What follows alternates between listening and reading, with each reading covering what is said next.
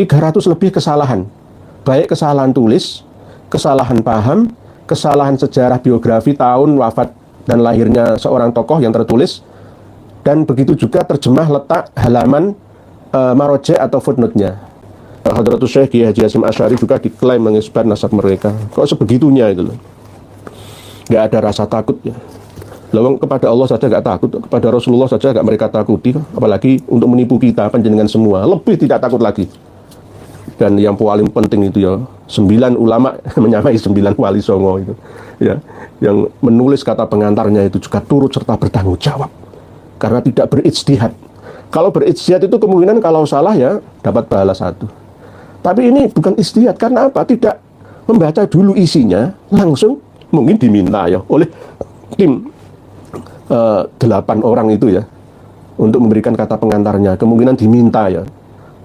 Tapi tidak diberitahu dulu isinya. Mungkin namanya kadang-kadang ulama sekutu kan gak teliti ya.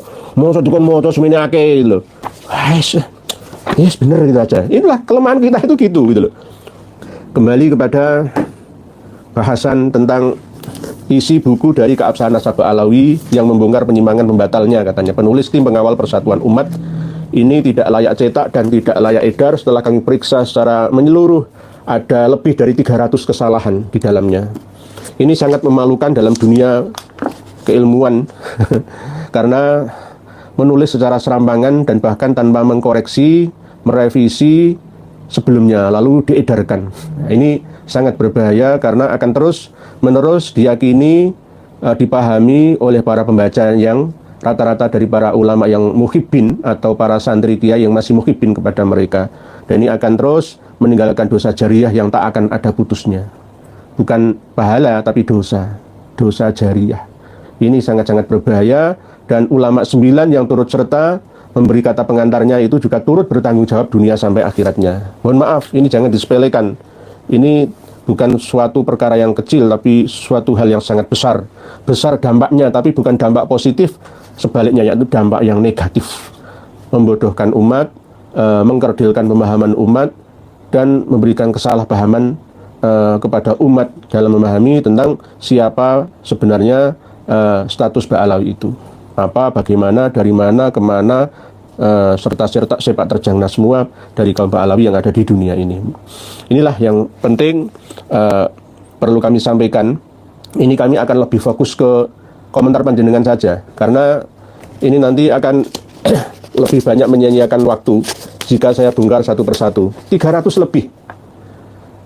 lebih kesalahan, baik kesalahan tulis, kesalahan paham, kesalahan sejarah biografi tahun wafat dan lahirnya seorang tokoh yang tertulis, dan begitu juga terjemah letak halaman maroje atau footnote-nya. Aduh, sangat-sangat memalukan. Oleh sebab itu sering saya sampaikan, ketika ada buku atau kitab yang dikarang oleh Ba'alawi atau orang-orang yang ada hubungan dengan Ba'alawi atau eksternal Ba'alawi tetapi atas permintaan Ba'alawi, itu harus diteliti. Harus diteliti. Kalau tidak diteliti, ya seperti ini. Kelihatannya benar ya, benar. Santri-santri yang nggak ngerti, wah, kiai-kiai yang nggak tahu menahu isinya buku ini ya, wah bener ya, wah. Uang sekelas 9 ulama saja bisa dikibuli kok. Dan sangat memalukan. Ya, seorang ulama masih bisa ditipu gitu. Sangat memalukan itu. Ini, aduh. Oleh sebab itu saya mohon buku ini diterjemah ke dalam bahasa Arab, bahasa Inggris, bahasa Prancis, bahasa Spanyol, bahasa Mandarin, ya, bahasa selain bahasa Indonesia ya mungkin bahasa Melayu juga, ya, bahasa India atau mungkin bahasa Afrika sana, ya. Malu. Nggak takutkah kalian meninggalkan jejak dosa jariah? Yang kita cari ini semua adalah pahala jariah.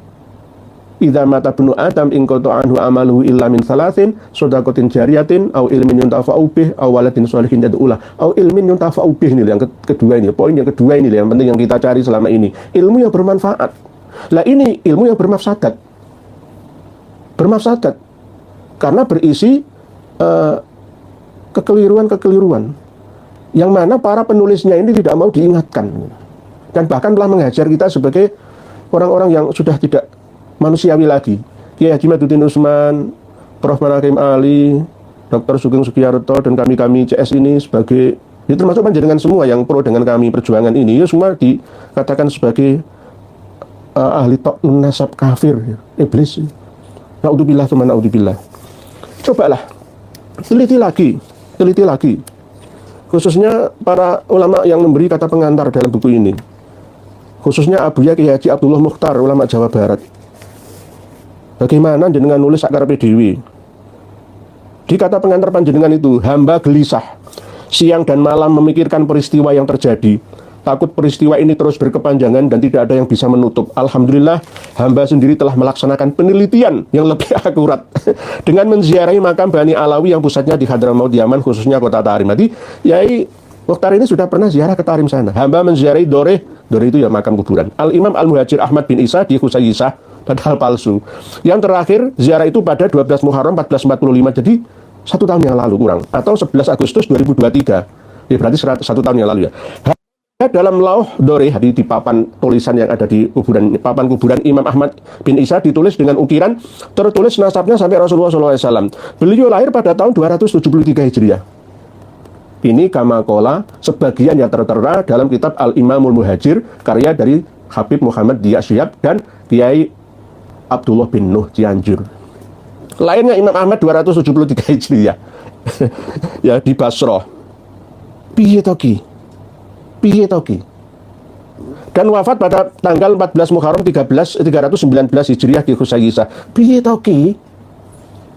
Blas orang nyambung blas dengan semua sejarah baik internal ataupun eksternal. Orang nyambung blas. Kok bisa? Katanya sudah meneliti sedemikian rupa. Ini masih belum semua saya buka. 300 lebih kesalahan yang ada dalam satu buku ini. Bukan 1 atau 3 kesalahan, 300 lebih. Memalukan dunia keilmuan di Indonesia kita ini. Ini buku besarnya 300 kesalahan lebih. Ada yang fatal, ada yang setengah fatal, ada yang biasa. Mungkin karena keteledoran atau ketidaktelitian, ya. Mungkin kesalahan editornya atau bagaimana. Seharusnya jangan diedarkan dulu.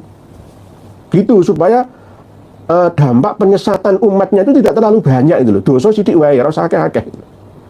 Diminimalisir betul kesalahan itu. Oke, saya mengakui bukan manusia sempurna, an insan mahalul khata' wan nisyan. Manusia itu memiliki karakteristik asli, yaitu sering salah dan lupa. Tapi kalau 300 itu ya bukan lupa, sengaja atau tidak tahu, ya, jeluntrungnya, asal usul datanya, lalu hanya berdasarkan pemikiran naluriah yang ngawuriah itu saja.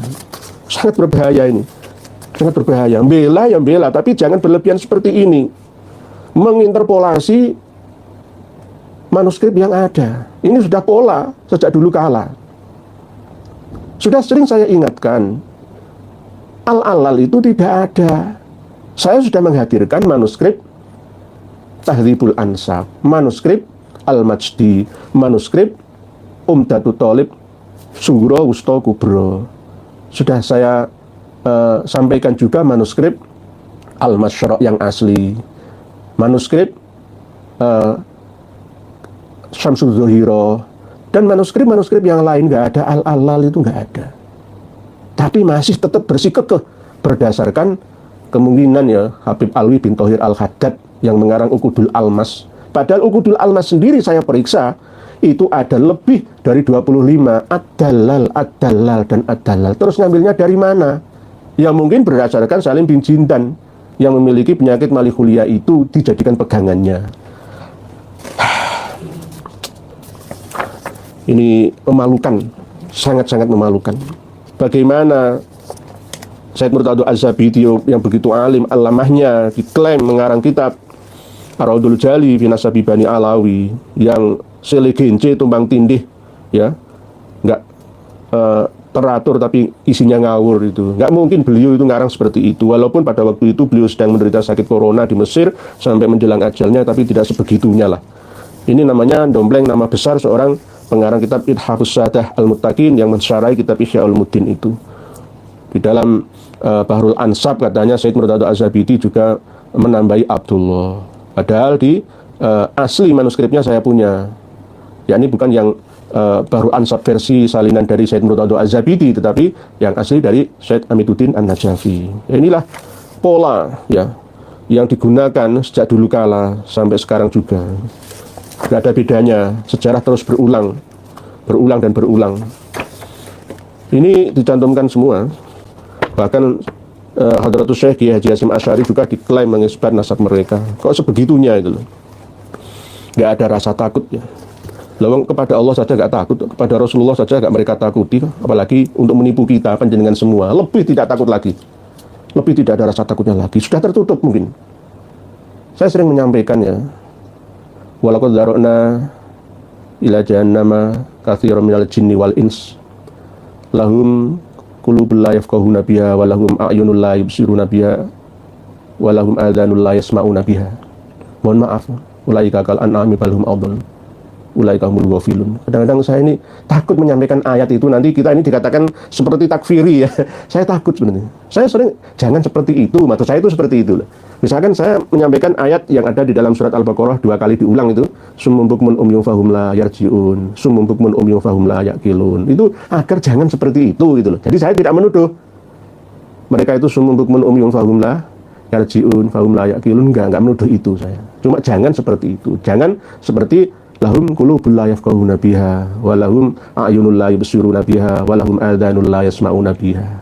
Dan saya tidak mengatakan ulaika kal an'ami bal hum adall, enggak mengatakan seperti itu, tapi Allah sendiri yang menyampaikan. Jika saya mungkin serang saya saja ya. Mungkin saya ini punya hati, pikiran yang tidak dibuat untuk mengerti ayat-ayat Tuhan ya. Atau saya ini punya mata yang tidak saya gunakan untuk melihat ayat-ayat Tuhan, punya telinga yang tidak dapat aktif saya gunakan untuk mendengarkan, menganalisa ayat-ayat Allah Ta'ala. Kemungkinan saya sendiri ini, saya sendiri saja. Jadi mohon maaf nih, yang sebesar-besarnya saya tidak tega untuk membedah semuanya. Saya tidak tega. Permintaan saya, hentikan peredarannya. Hentikan peredaran buku keabsahan nasab balik atau diedit ulang ya, atau dibuang. Mohon maaf nih. Saya nggak tega. Saya bongkar satu persatu lebih dari 300 kesalahannya itu, saya nggak tega. Nggak tega. Kalau nggak percaya, silakan diterjemah ke dalam bahasa apa saja. Inggris kah? Arab kah? Coba silakan diterjemah. Dialih translate ke bahasa-bahasa selain Indonesia. Dan yang paling penting itu ya, 9 ulama menyamai 9 wali songo itu. Ya, yang menulis kata pengantarnya itu juga turut serta bertanggung jawab. Karena tidak berijtihad. Kalau berijtihad itu kemungkinan kalau salah ya dapat pahala 1. Tapi ini bukan ijtihad, karena apa? Tidak membaca dulu isinya, langsung mungkin diminta ya oleh tim 8 orang itu ya untuk memberikan kata pengantarnya. Kemungkinan diminta ya. Tapi tidak diberitahu dulu isinya. Mungkin namanya kadang-kadang ulama sekutu kan tak teliti ya. Masa dukun moco semene akeh lho. Yes, bener gitu aja. Inilah kelemahan kita itu gitu loh. Kitab Bughyatul Mustarsyidin, kitab Risalatul Mu'awanah, ya wis apik kitab kuning kok. Kitab kuning mesti sahih. Tanpa meneliti. Hati pembaca yang baik, bukan peneliti yang baik. Itu kebanyakan kita itu loh. Kebanyakan kita, oleh sebab itu kan sering saya sampaikan 3 tingkatan ketika kita membaca buku atau kitab karya Ba'alawi atau karya eksternal Ba'alawi atas permintaan Ba'alawi atau eksternal Ba'alawi yang ada hubungan dengan Ba'alawi, baik pertemanan, persaudaraan ataupun perguruan, maka harus jeli dan hati-hati, setiti, teliti lebih dahulu, jangan langsung dipahami sekilas, dibalii 3 kali lebih lah, berkali-kali. Insya Allah nanti akan memahami.